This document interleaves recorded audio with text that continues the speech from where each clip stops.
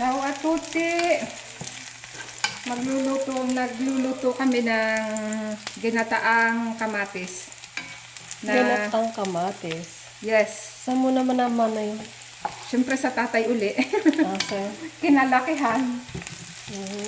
Yeah. Magigisa tayo ng sibuyas. Masarap yan? Yes. Mhm. Anong kasama nun? Kamatis lang. Ang main ingredients like kamatis at gata lang. At yun na. At yun, nasi. Yan, pagka ang sibuyas ay medyo ma-brown-brown na, pwede nyo nang ilagay ang kamatis. Hindi gagata muna. No, kamatis muna. Kamatis. Gata muna. Kamatis. Kamatis muna. Mhm. Yeah. Dahil ang kamatis kailangang igigisa-gisa muna ng kaunti para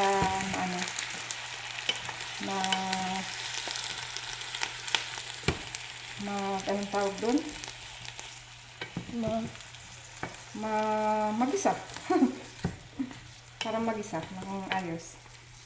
Saan galing yung kamatis? Siyempre, sa garden. Yung pinanguha mo kanina. Yes. Oh. Yan. Takuban lang natin muna ng konti. Mga 5 minutes. Okay. After 5 minutes, hahalu-haluin at lagyan ng gata. At Okay. maluluto na yun ng ganun. Okay. Speak. Ecco, dopo 5 minuti, haluin lang ulit. Hanggang sa ang kamatis ay maging mas maluto-luto. Ano yan? Parang iigahin o ano? Hindi naman igang-iga. Dapat ito may sabaw na konti. Hindi ka sasabaw pa yung pag nilagyan ng gata. Kasi, sasabaw ko ulit ito ng gata. Mas maganda i-smash ng konti ang kamatis.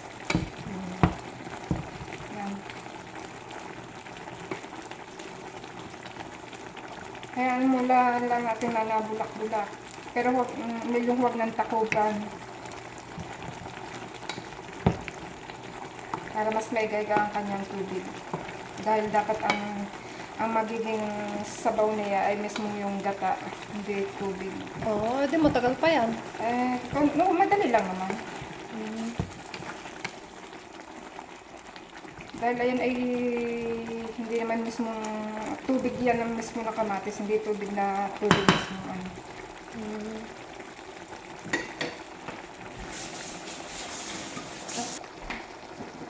Kami ay may natirang gata na ipinireserve namin. Isasama ko na rin. Yan.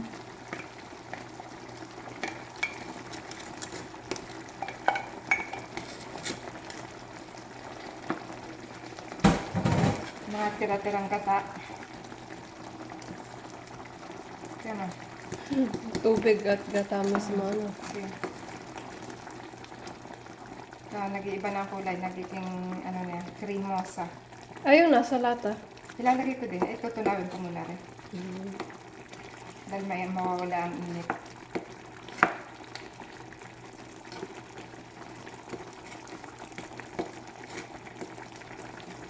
Lalagay na natin ang gata. Yan.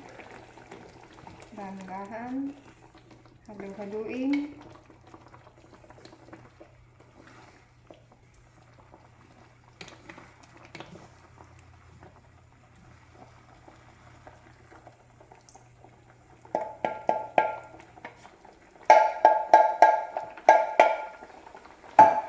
Ang ganda ng kulay. Ang ganda nga.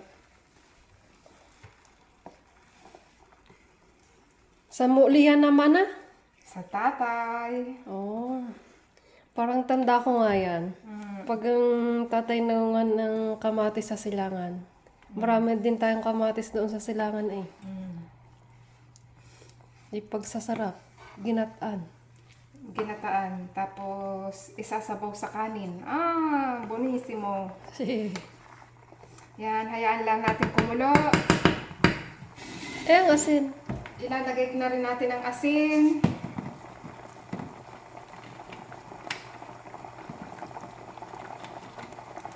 Isang butas ito.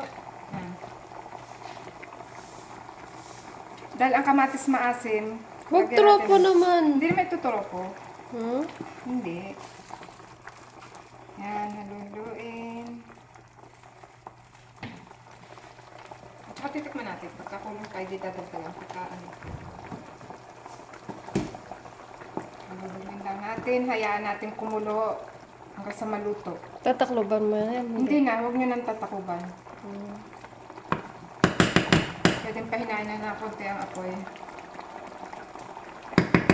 Okay, paspitya mo. Hintayin na lang natin na siya maluto. Ang gata at saka ang kamatis. Ang kamatis luto na yun, pero ang gata, iiga-igahin natin ng konti. Hmm.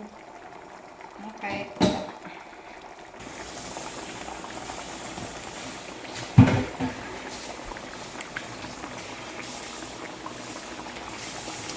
Halo-halo na lang konti. Halo-halo daw. Ng kaunti. Hanggang mag-reduce ng sabaw.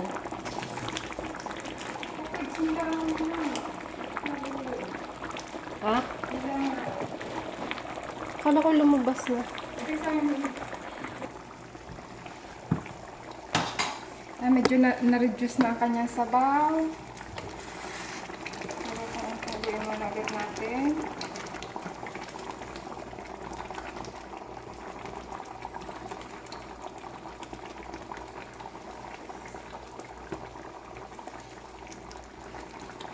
Nilalagyan niya ng luya? Hindi.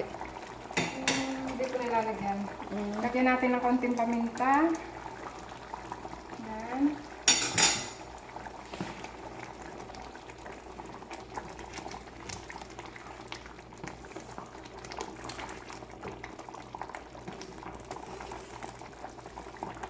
Nakakagutom yan ah. Yes. Ang ipinagpalasa lang natin dito ay asin at saka paminta. Dahil nung panahong una, hindi pa uso yung mga magic sarap. Ay pag nagluluto ang tatay, asin lang din ang nilalagay, ay masarap na. Tikman natin.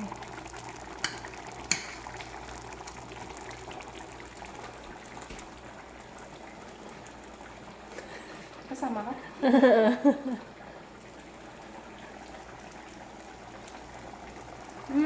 Bono. Masarap. Masarap. Masarap, masarap. Ay, luto na yan, hindi pa.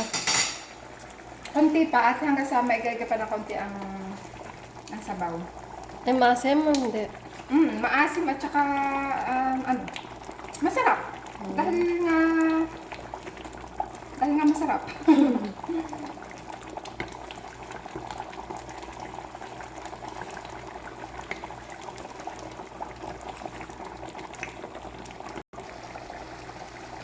May natira kaming konting green onions. Lalagyan ko para magkaroon ng berde. Pero ito naman ay walang halos lasa. Kung gusto lang lagyan. Kung gusto lang lagyan. At sayang naman. Yan. Pwede na natin siyang patayin. Yan. Okay na. Tapos Luto na yan. siya. Yan. Luto na. Ay, ako may nakahanda ng rice, oh. Okay. Pati yan.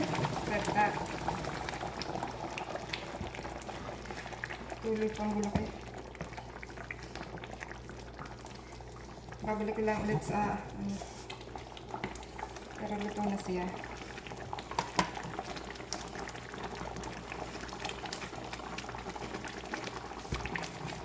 Pwede na yan. Yes, luto na siya. Ay, ari, nakahanda na rin. Lagyan natin yan. Hindi na makaintay eh. Matagal na ulit hindi nakakapangain ng... Bata yata tayo nung simula nung kumain, nung last time na kumain tayo niya. Hindi naman. Eh, pero matagal na ulit hindi nakakapangain ng fresh na fresh talagang kamatis na ginataan. Ayan, masarap yan sa riso.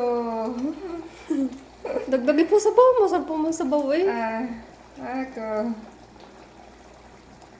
Yung sanaw. Sana. Okay na naman yan. Baka naman sobra na. Tenny. Grazie. Prego. Buon appetito. Bon appetit. Ciao. Ciao. Okay.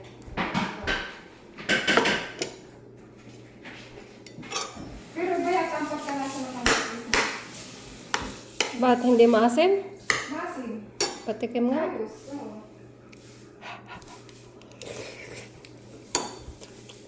Masarap naman. Mm. Masarap nga. Sarap nga. Mmm.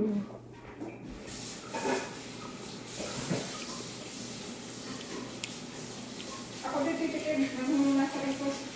Masarap.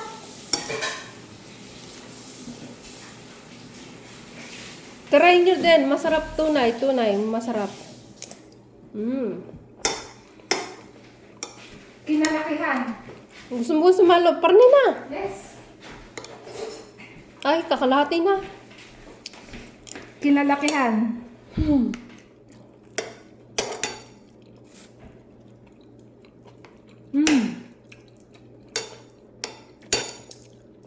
Mananariwa Kabataan. ang kabataan. Masarap din yan pagka may anong tuyo. Oo, yung tuyo. Tuyo. Mm. Piniritong tuyo. Mm. Mga luto ng tatay. Mm. Bono talaga. Paubos na. Mm.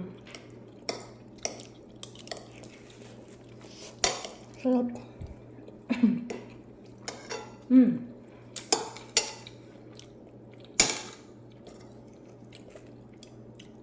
Masarap. Yung balance na balance siya ang lasa. Yung may asim, may yung lasang gata. Mm. Mm. Nam-nam. Ubos na yan. Ubusan ko na yan. Sayang eh. Masarap eh.